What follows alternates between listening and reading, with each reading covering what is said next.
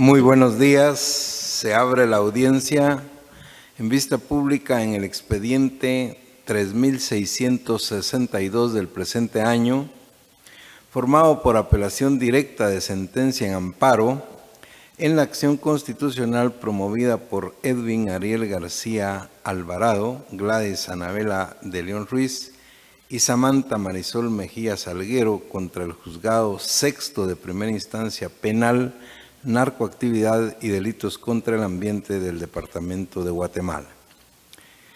La señora Secretaria General Adjunta de la Corte dará lectura a la parte conducente de las consideraciones y a la parte resolutiva del fallo apelado y efectuará las advertencias reglamentarias correspondientes a la presente audiencia. Queda en el uso de la palabra la abogada secretaria de la Corte. Es acto reclamado en el presente amparo la resolución del 21 de noviembre del año 2016 por el que la autoridad impugnada resolvió improcedente el recurso de reposición interpuesto contra la decisión de no acceder a la solicitud de revisión del auto de prisión preventiva originalmente dictado el 6 de septiembre del año 2016 contra los procesados Edwin Ariel García Alvarado, Gladys Anabela de León Ruiz y Samantha Marisol Mejía Salguero. La Sala Tercera de la Corte de Apelaciones del Ramo Penal, Narcoactividad y Delitos contra el Ambiente, constituida en Tribunal de Amparo en su sentencia de fecha 16 de mayo del 2017, consideró: en el presente caso, luego del análisis de las constancias procesales y de la grabación del disco compacto, específicamente en el apartado del audio identificado 2.00, en el que se establecen los argumentos que tuvo la juzgadora para declarar sin lugar la revisión de la medida solicitada por los amparistas Edwin Ariel García Alvarado, Gladys Anabela de León Ruiz, Samantha Marisol Mejía Salguero, encontrándose que la juzgadora refirió a lo siguiente: que la defensa de los señores Edwin Ariel García Alvarado, Gladys Anabela de León Ruiz, Samantha Marisol Mejía Salguero, pronunciándose esencialmente a los siguientes: A, que uno de ellos no era reincidente y que hacía deporte; B, en relación a otro de los indicados que según un informe de Naciones Unidas habían muerto quienes se encontraban cumpliendo pena por no recibir asistencia médica, así como lo que se refirió al contenido de la Convención contra la Corrupción; C, en relación a la otra sindicada, que por la situación de su madre solicitaba la revisión de las medidas. Así también manifestó que desde el año 2015 tenía conocimiento de la investigación en su contra y que no se ha ido del país. De los argumentos que hizo énfasis la defensa, este tribunal avala la decisión de la juzgadora, pues la finalidad de que se presente una revisión de la medida es que en la audiencia que se programe para que se conozca de la misma, el objeto es que se presenten argumentos que demuestren que efectivamente han variado las circunstancias de conformidad a lo establecido en el artículo 277 del Código Procesal Penal, lo cual fue analizado por la juzgadora y determinó que en la audiencia de mérito no existió alguna circunstancia de las contenidas en el artículo 277 de la citada ley. Asimismo, los argumentos dados por la juzgadora cumplen con la motivación y fundamentación que establece el artículo 11 bis del Código Procesal Penal, debido a que se explicó por qué consideró que no han variado las circunstancias en cada uno de los sindicados. De conformidad a dicho criterio, se puede establecer que la resolución emitida el 21 de noviembre del 2016 sí explica de forma sencilla y clara el por qué no se accedió a la solicitud de los señores Edwin Ariel García Alvarado, Gladys Anabela de León Ruiz, Samantha Marisol Mejía Salguero. En razón de lo anterior, se concluye que no se vulneró el derecho de debida fundamentación de las resoluciones judiciales y por ende tampoco el derecho de defensa y presunción de inocencia, como lo hacen ver los denunciantes. En cuanto a la vulneración del principio de igualdad, porque a otros sujetos procesales se les declaró con lugar la medida de revisión, se advierte que cada sujeto procesal presentó distintos argumentos para requerir la revisión de la medida y la juzgadora analizó cada uno de los argumentos atendiendo a las circunstancias de cada sujeto procesal. por lo que no puede considerarse vulneración al principio de igualdad en relación a los amparistas, pues cada sujeto procesal argumentó el por qué variaron las circunstancias de cada uno, no siendo los mismos en relación a los señores Edwin Ariel García Alvarado, Gladys Anabela de León Ruiz, Samantha Marisol Mejía Salguero. Además, la revisión de la medida puede ser solicitada en cualquier momento del proceso cuando existan las circunstancias primitivas de conformidad con lo estipulado en el artículo 277 del Código Procesal Penal. Es decir, que si los amparistas de las constancias procesales existen diligencias que hagan variar los motivos por los que no se les otorgó medidas sustitutivas, en su momento pueden solicitarlas. Por lo tanto, la acción constitucional planteada es improcedente y así debe resolverse, lo que hace obligatoria la condena en costas a los interponentes y la imposición de la sanción consistente en la multa de 1,000 quetzales a los abogados que auxiliaron dentro de la presente acción de amparo. Con base en las anteriores consideraciones, el Tribunal de Primer Grado resolvió: deniega el amparo solicitado por Edwin Ariel García Alvarado, Gladys Anabela de León Ruiz y Samantha Marisol Mejía Salguero contra la juez sexto de primera instancia penal, narcoactividad y delitos contra el ambiente del municipio de Villanueva, departamento de Guatemala. Se condena en costas a los postulantes y se le impone a los abogados patrocinantes la multa de 1,000 quetzales a razón de 333 quetzales con 33 centavos para cada uno, que deberán pagar en la tesorería de la Corte de Constitucionalidad dentro de los 5 días siguientes de la fecha en que el presente fallo quede firme. En caso de incumplimiento, su cobro se hará por la vía legal que corresponde. De conformidad con lo que establece el artículo 67 del Acuerdo 1-2013 de la Corte de Constitucionalidad, quien haga uso de la palabra en la presente audiencia deberá dirigirse directamente al tribunal, expresar sus alegaciones en forma oral, conforme el objeto de la vista pública previsto en el artículo 61 del referido acuerdo y sin dar lectura a documentos, salvo que para ello se cuente con autorización previa del señor presidente. Concretarse el asunto planteado, ser breve, preciso y conciso en su exposición, no proferir expresiones irrespetuosas a las partes o a los miembros del tribunal. Y para la exposición de alegaciones, los intervinientes cuentan con un tiempo máximo de 15 minutos. Es todo, señor presidente. Muchas gracias, abogada secretaria. En tal virtud pueden hacer uso de la palabra en la presente audiencia los solicitantes del amparo, apelante y requirientes de la vista pública, Samantha Marisol Mejía Salguero, por medio del mandatario general con representación, con facultades judiciales y con cláusula especial de dominio, abogado Vernon Eduardo González Portillo, quien actúa con su auxilio, y con el de la abogada Victoria Magdalena Zacarías Aguilar. Queda en el uso de la palabra el abogado González Portillo. Muchas gracias, honorable Corte. Una matización antes de empezar con mi exposición. Se suele decir que a veces pues, la justicia camina lentamente. Aquí nosotros estamos examinando en apelación una sentencia que hace referencia a una resolución del 21 de noviembre del año 2016. Y pues quiero yo acudir a una frase que el ilustre Manco de Lepanto sí le atribuía a Don Quijote, refiriéndose a Sancho Panza, cuando decía que la libertad es el don más precioso dado a los hombres y que comparado a ella, ningún tesoro en la tierra o cubierto por los mares es nada, y que el peor de los males es la privación de la libertad.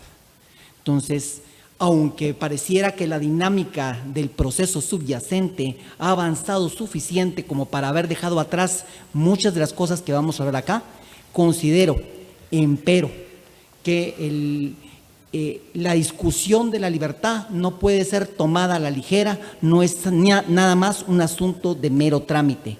Es un asunto que en cualquier momento puede ser revisado por la vía idónea que proveen nuestras leyes.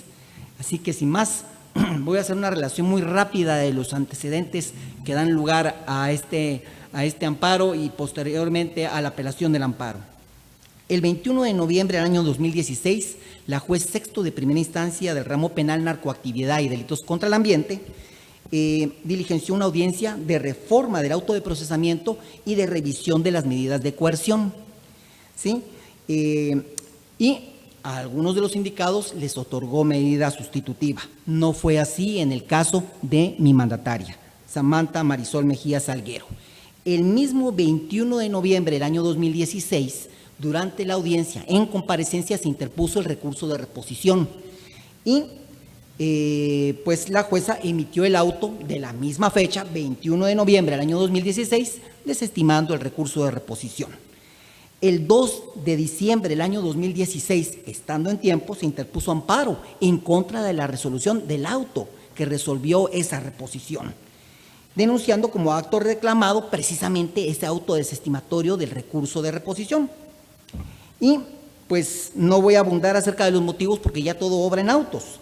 Ahora bien, el 16 de mayo del año 2017, la Sala Tercera de la Corte de Apelaciones del Ramo Penal, Narcoactividad y Delitos contra el Ambiente dictó sentencia tal y como ha referido la secretaria y denegó la protección constitucional instada mediante el amparo. Ahora bien, nosotros preparamos un cuadro sintético que nos permite comparar rápidamente pues todos los parámetros que son necesarios para ver si esa resolución de la Corte, de la Sala Tercera de la Corte de Apelaciones, que es la resolución que hoy es objeto de la apelación, está ajustada a derecho, o si por el contrario hay un error que habilita a la Corte de Constitucionalidad a intervenir, dejarla sin efecto y emitir una nueva. Veamos, cuando el Juzgado Sexto de Primera Instancia del Ramo Penal dictó el auto de prisión preventiva y consideró que el motivo principal por el cual se dictaba el auto de prisión preventiva era el peligro procesal de ocultamiento de la verdad, porque se indicaba a mi mandataria de que había manipulado documentos. Me llama la atención que habiendo empezado nada más el proceso, pues ya hubiera determinado con toda propiedad o de manera definitiva pues que ya mi mandante había efectivamente manipulado documentos. Luego, el Juzgado Sexto de Primera Instancia, el Ramo Penal, Narcoactividad y Delitos contra el Ambiente, en el auto desestimatorio de la revisión de la medida fechada 2 de noviembre del año 2016, que es el parámetro que quiero yo comparar con el auto de prisión preventiva para establecer si variaron las circunstancias o no, dijo, y voy a parafrasear así rápidamente: en primer lugar, que la señora Joan María Ponce Sánchez no estaba en las mismas condiciones de la licenciada Samantha Marisol Mejía Salguero, aunque no explicó por qué. Número 2, que la licenciada Samantha Marisol Mejía Salguero no pertenece a partido político, no importa en cuanto al motivo original de la prisión preventiva porque el poder político no se ejerce únicamente por pertenecer por afiliación a una organización política. Y la juzgadora en ningún momento indicó que ella estuviera afiliada a determinado partido político. Ese argumento realmente nadie lo entendió. Luego, la situación... Abogado, ¿sí? ¿Desea seguir leyendo? No estoy. Voy a abreviar. Por favor. Sí, perdone, señor presidente. Bueno, también mencionó que la licenciada Samantha Marisol Mejía Salguero no tenía dinero y que sin embargo estimaba que esa circunstancia de no tener dinero simplemente le servía para poder apreciar de que no había movimientos sospechosos en sus cuentas, pero insistía a pesar de eso en su resolución de que podía comprar testigos. Eso también es una cosa contradictoria. Y por último, fue considerado también que en su calidad pretérita de directora de Recursos Humanos todavía tenía influencia sobre los empleados del Registro General de la Propiedad. Estoy destacando que hubo diferencia, hay una simetría, hay un cambio de circunstancias entre la resolución del auto de prisión preventiva y el auto de la revisión, porque aunque los dos hablan del peligro procesal de ocultamiento de la verdad, los dos acuden a motivos completamente diferentes, ¿sí? Y luego hay un auto desestimatorio del recurso de reposición. En ese auto no se accedió simplemente porque se consideró que no habían condiciones que garantizaran la inmutabilidad de los medios de investigación, no se dijo más. Y luego la Sala Tercera, en su sentencia, quiero destacar precisamente de lo que leyó la secretaria justo al principio de esta audiencia. Y es que cuando hablaba de 3 motivos, ¿sí?, refiriéndolos a cada uno de los interponentes del amparo que aparecen descritos en la página 7 de la sentencia, renglones 1 al 10, habla de un motivo referido a Edwin Ariel García Alvarado, otro motivo referido a Anabela de León Y el tercer motivo habla de un motivo que nunca fue invocado por la amparista, por mi mandante, Samantha Marisol Mejía Salguero, que su mamá estaba enferma. Jamás mencionó eso en la interposición del amparo Samantha Marisol Mejía Salguero. Tampoco mencionó que no hubiese salido del país. Entonces, con todo respeto, ¿sí? Pues yo creo que el cuadro sinóptico sirve muy bien para poder comparar la simetría de estas resoluciones, y la verdad es que pone de manifiesto de que una resolución judicial sin verdadera motivación y fundamentación resulta ser arbitraria y resulta ser particularmente grave cuando viola el derecho de la libertad. El 28 de julio del año 2017 se notificó la sentencia de primer grado del amparo. El mismo 28 de julio del año 2017 se interpuso el recurso de apelación directamente ante la Corte de Constitucionalidad. Estamos perfectamente en tiempo. Y el 3 de octubre tiene ahora verificativo la vista pública. ¿Cuáles son las conclusiones a las que arribamos nosotros? Primero, de lo expuesto se confirma que se cumplió con el principio de definitividad. Agotamos nosotros el recurso de reposición que ha señalado la ley en el artículo 19 de la Ley de Amparo y también jurisprudencialmente esta Corte. En segundo lugar, se corrobora que se cumplió con la temporalidad de la acción de amparo porque se respetó el plazo que la ley señala en el artículo 20. Luego, sin pretender invadir la jurisdicción ordinaria, ¿verdad?, el cuadro sinóptico al que hice referencia pone de manifiesto que sí hubo una variación de las circunstancias primitivas y que, al menos en la justicia ordinaria y luego en el amparo, se acudió a razones que no tienen nada que ver con la realidad. En nuestra opinión, es una falsa fundamentación, y eso, con todo respeto, es precisamente lo que se está tratando de hacer valer mediante el amparo, poner en evidencia de que no hubo una verdadera fundamentación, una verdadera motivación de la resolución que fue objeto del amparo. Más allá de lo anterior, se aprecia entonces con nitidez la limitación injustificada del derecho a la libertad de la licenciada Samantha Marisol Mejía Salguero, que por una resolución que no fue correctamente motivada y fundamentada en la jurisdicción ordinaria. Debió haberse agotado la protección constitucional instada de amparo, se vulneraban los derechos que se afirmaron como conculcados. La resolución apelada reprodujo el error atribuido al acto agraviante, sin explicarse tampoco de manera suficiente tanto en cuanto a motivos de hecho ni de derecho, los motivos por los cuales se le estaba negando la protección constitucional a mi patrocinada. Entonces, ¿qué es lo que nosotros pedimos? Pedimos nosotros que proceda este recurso de apelación, que se deje sin efecto la sentencia apelada. Además, nosotros pusimos en el escrito que pues para los efectos positivos del amparo se fijara un plazo al tribunal de primer grado para que dictara nuevamente la sentencia que resuelva la acción de amparo que nosotros presentamos. Sin embargo, con base en el artículo 25 del Pacto de San José, que es una normativa que todos tenemos que respetar en Guatemala, particularmente pues los tribunales de nuestro país, que dice que el amparo debe ser un recurso ágil y sencillo. Con todo respeto, creo yo que la interpretación que se le ha dado de que debe darse un reenvío para que el tribunal de primer grado sea el que emita la sentencia nuevamente, creo que es un incumplimiento flagrante del artículo 25 del Pacto de San José, y debiera ser esta Corte la que debiera resolver de una vez el fondo de lo pedido. Esto es lo que nosotros pedimos durante esta vista. Y una última cosa, en algún momento puede ser que las demás partes que figuran como terceros interesados dentro de este amparo digan que no hay prueba. El artículo 68 de la Ley Judicial establece claramente en el segundo párrafo la obligación personal que tiene todo juzgador en cualquier jurisdicción de estudiar por sí todas las actuaciones, y en este caso concreto la prueba madre es el expediente mismo.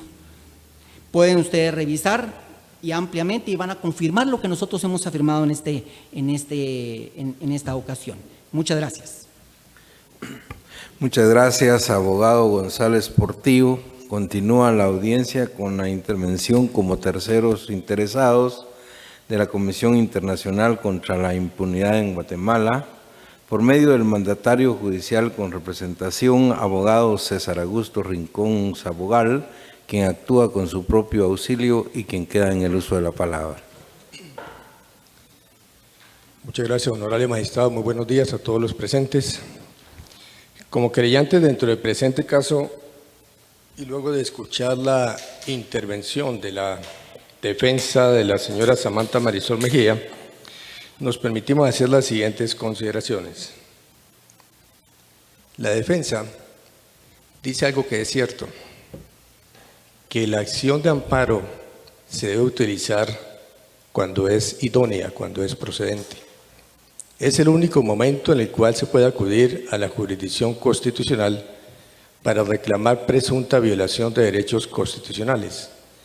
Pero infortunadamente, en el caso que nos ocupa, es una clara demostración de cómo se pretende utilizar la vía constitucional, amparo, que es un mecanismo extraordinario, excepcional, para convertirlo simplemente en una Corte Constitucional revisora de decisiones de la vía ordinaria, desnaturalizando completamente las funciones que cumple la acción de amparo como función preventiva y función reparadora.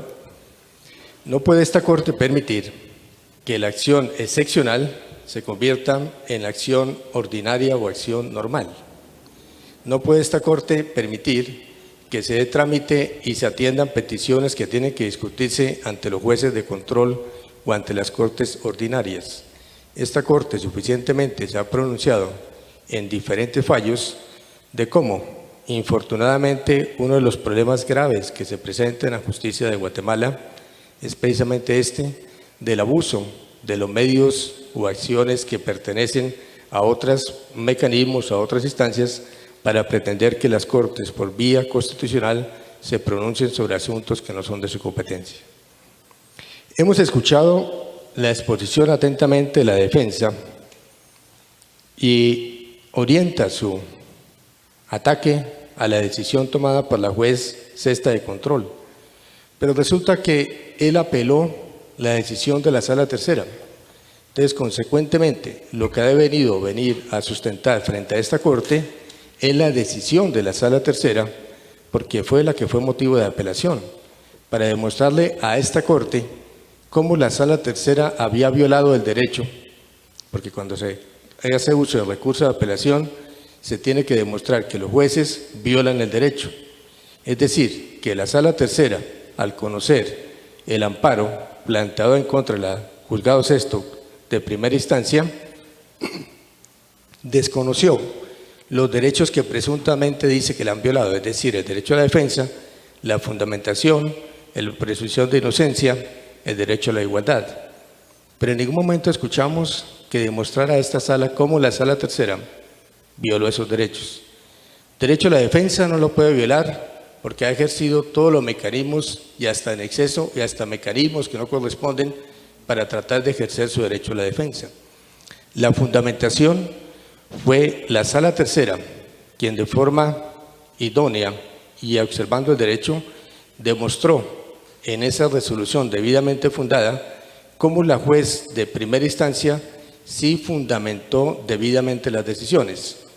Pero infortunadamente se viene abriendo paso desde tiempo atrás que el hecho de que no favorezcan las resoluciones a determinada parte es una falta de fundamentación.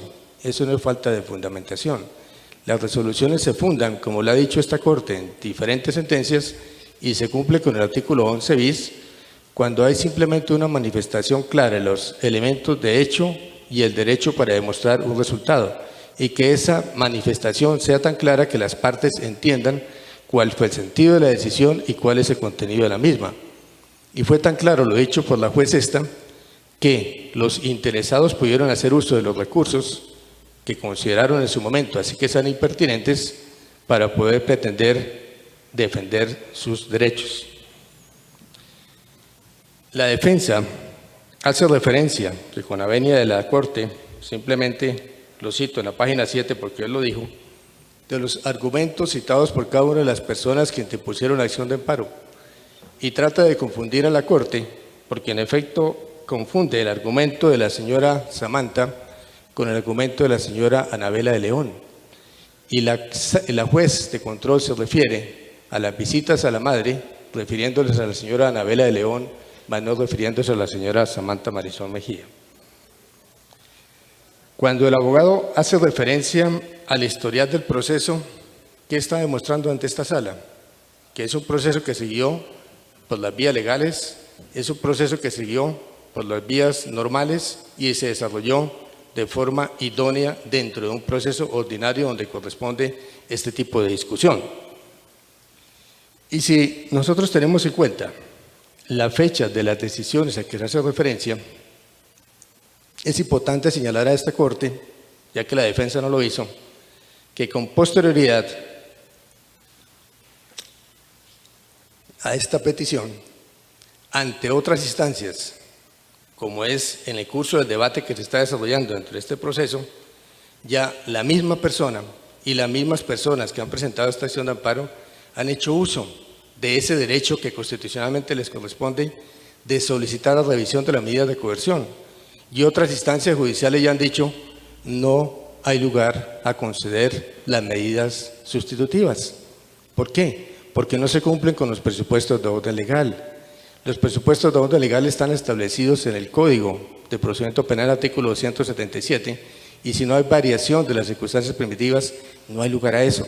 Pero esta Corte no debería ocuparse de esos asuntos, porque esos asuntos son de la jurisdicción ordinaria, no de la jurisdicción constitucional. La línea jurisprudencial de esta Corte ha sido supremamente clara. Si no varían circunstancias primitivas, no hay lugar a la revisión. Y se debe demostrar que las circunstancias primitivas en efecto varían. No se debe invitar a los jueces a que revisen las resoluciones que antes han dictado, porque no se trata de volver a revisar lo ya actuado, sino de demostrar que lo nuevo, lo novedoso, los nuevos hechos, las nuevas pruebas, los nuevos medios que demuestren que algo ha cambiado.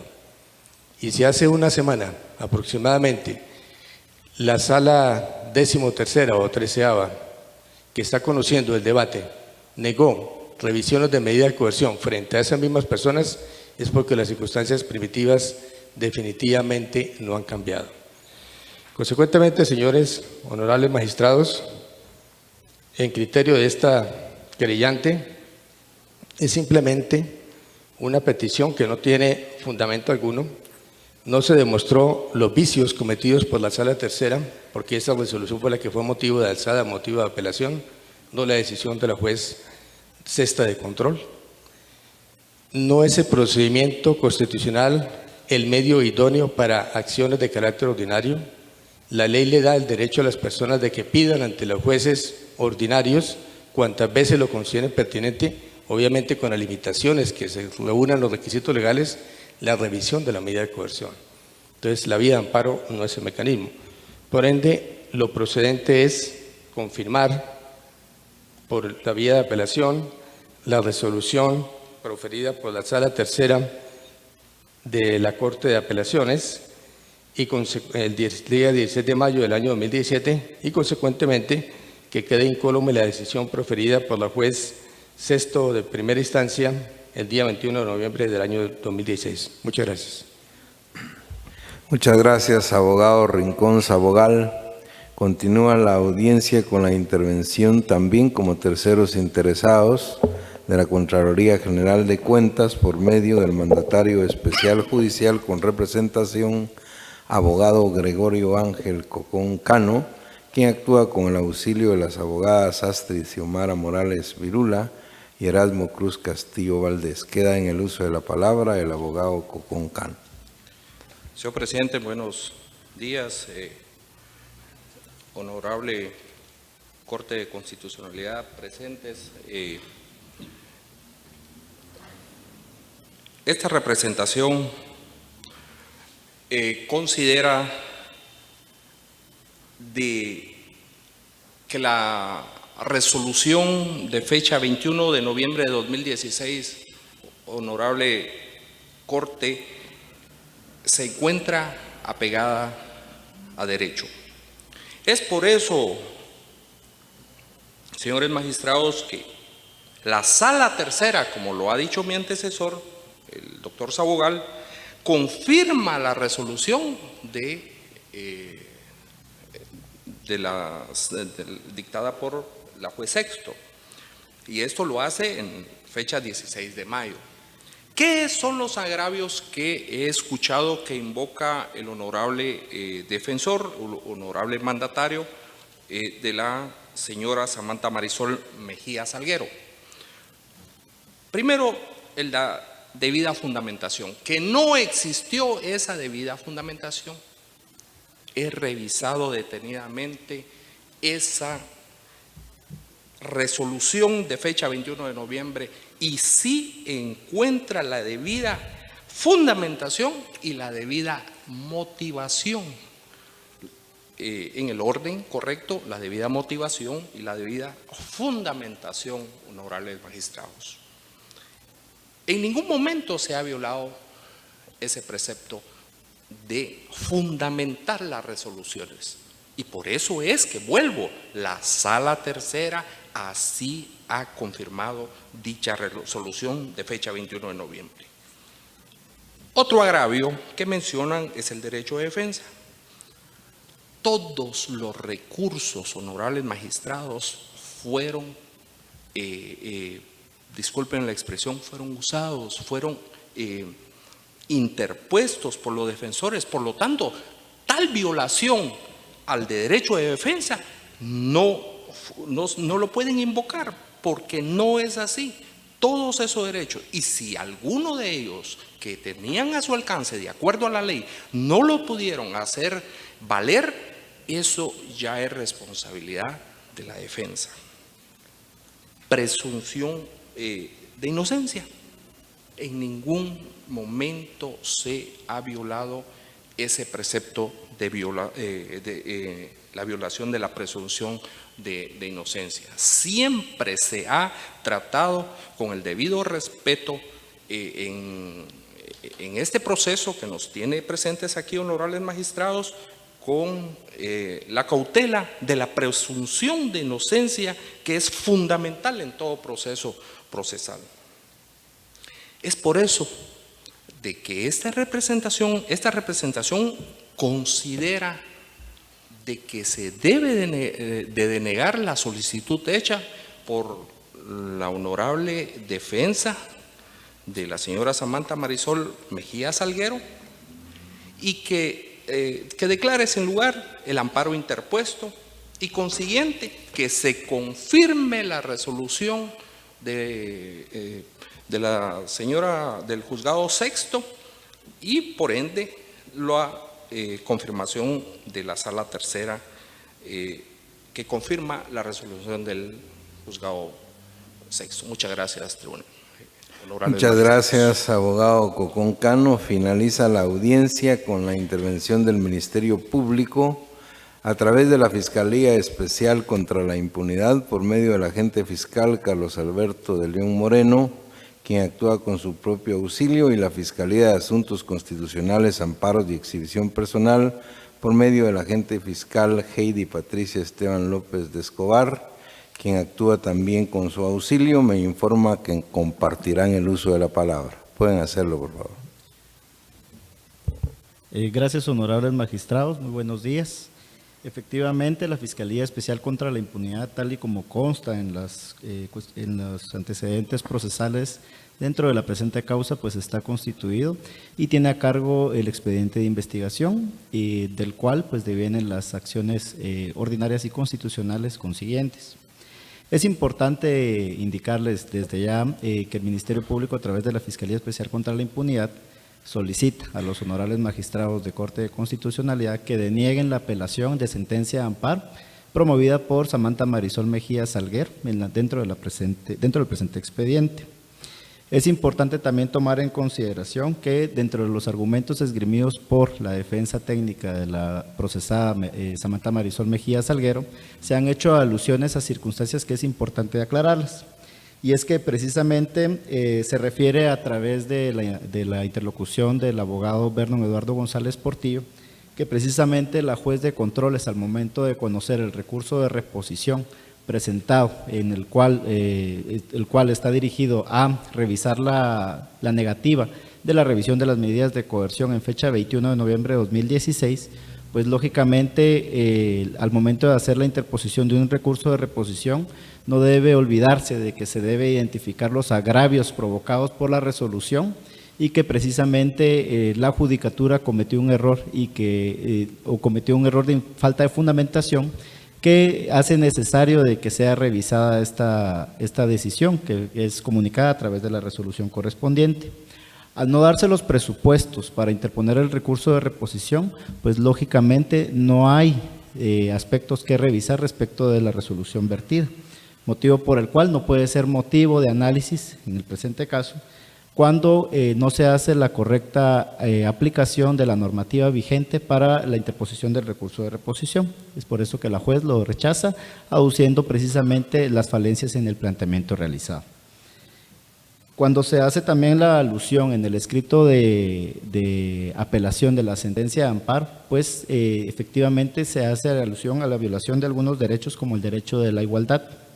Debemos tomar en consideración que el derecho de la igualdad, tal y como se ha proferido por la Corte de Constitucionalidad en distintas ocasiones, pues debemos tomar en consideración, y tal y como lo utiliza la misma juez sexto al realizar la fundamentación de su resolución tomada en consideración por la Sala Tercera, constituida en Tribunal de Amparo, pues efectivamente debemos tomar en consideración lo resuelto dentro de la Gaceta número 73, expediente 232-2004, fecha de sentencia de esta Corte de Constitucionalidad, 30 de septiembre de 2004, que indica, y con la venia del presidente me referiré brevemente la parte conducente, que la ley debe, gracias, que la ley debe tratar de igual manera a los iguales en igualdad de circunstancias. Sin embargo, en el caso de variar las circunstancias de ser desiguales los sujetos o de estar en desigualdad de condiciones, han de ser tratados en forma desigual, ya que bien el ideal a todo ordenamiento jurídico es sin duda la norma común que excluye excepciones, pero igual ideal no vale por sí mismo, sino en cuanto a que él conlleva una aspiración de justicia.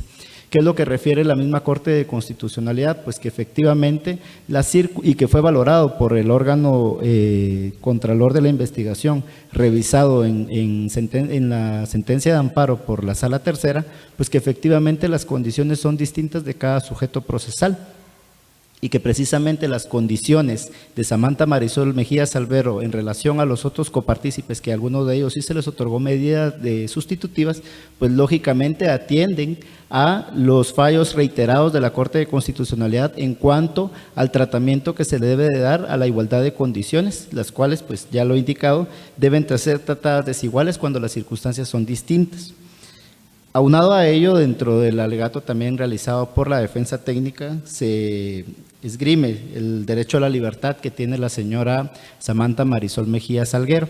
El derecho a la libertad, así como el derecho a la vida, el derecho a la justicia, están contenidos en el artículo 2 de la Constitución Política de la República, y debemos tomar en consideración otros fallos emitidos por esta misma Corte que respecto a que los derechos y las garantías constitucionales, pues estos no son de carácter, si me permite, con la venia del tribunal, me voy a permitir hacer la referencia que está contenido dentro del expediente,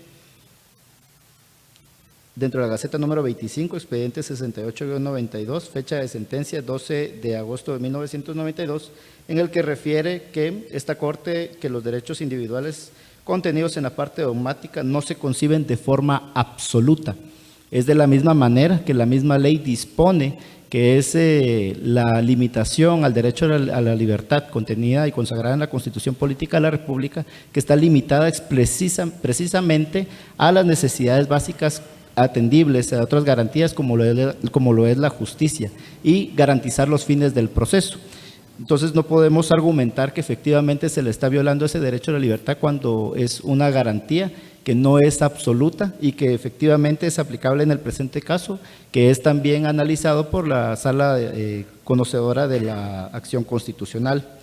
Se hace alusión al principio de inocencia, también tenemos que tomar en consideración, y los mismos fallos reiterados de la Corte de Constitucionalidad, que los autos de prisión preventiva no significa que se esté anticipando una pena o que se está violentando el derecho de defensa y el principio de inocencia de cada uno de los procesados. Ha sido conteste la Corte de Constitucionalidad en ese sentido, motivo por el cual tampoco es argumento que permita sustentar el presente recurso de reposición, y sobre todo la debida fundamentación. Cuando ustedes pueden observar que en el fallo emitido, en la sentencia de amparo que emitió la Sala Tercera, constituida en Tribunal de Amparo, pues hace relación inclusive a los minutos en los cuales ellos pueden advertir las circunstancias que utilizó la juez para poder valorar la variación de las circunstancias primitivas, en los que se aplicaba a unos casos y a otros casos no.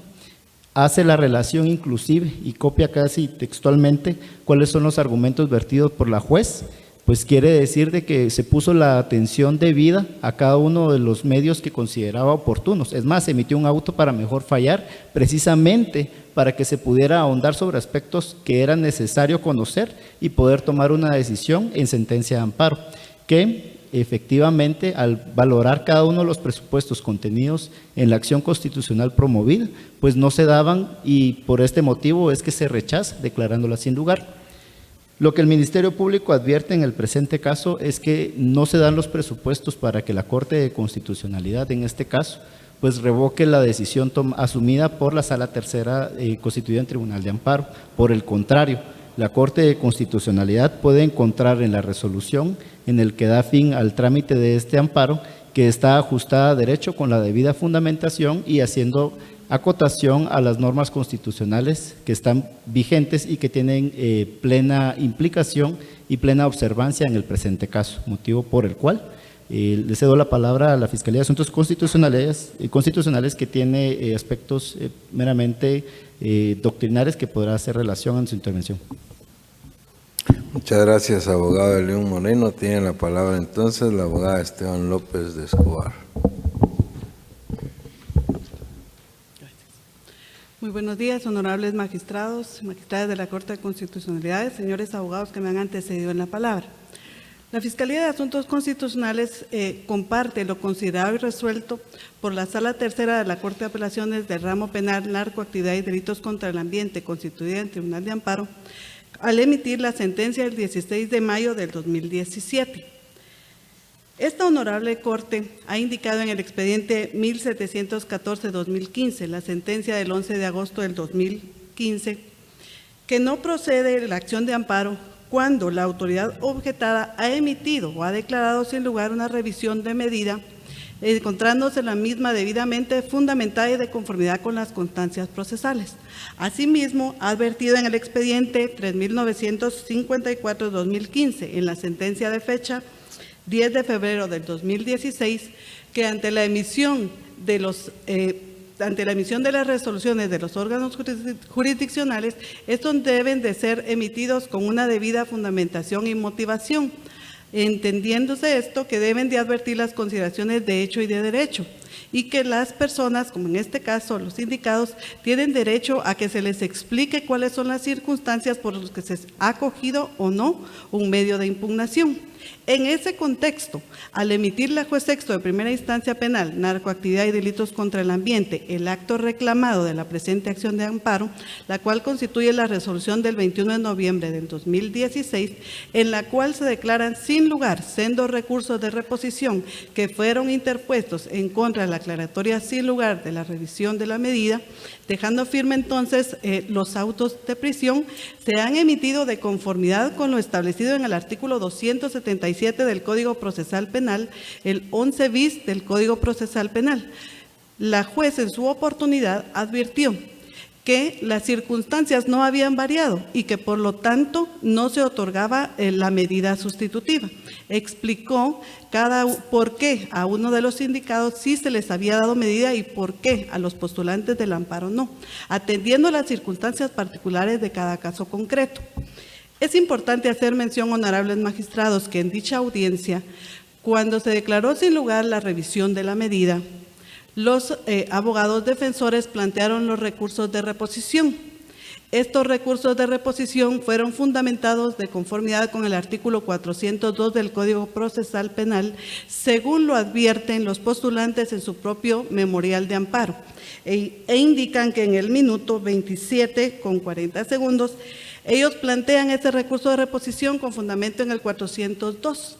Sin embargo, encontrándose en una audiencia, la juez fue clara y les advirtió que debió de haberse fundamentado dicho recurso de reposición de conformidad con el 403, pero sin embargo, atendiendo al derecho de recurrir, al derecho de defensa y debido proceso que regula nuestra Constitución Política de la República en el artículo 12, entró y conoció los recursos de reposición que, honorables magistrados, resultan inidóneos. La resolución a esos recursos que fueron mal interpuestos ante la falta de diligencia procesal son los que ahora se traen a colación en esta acción de amparo.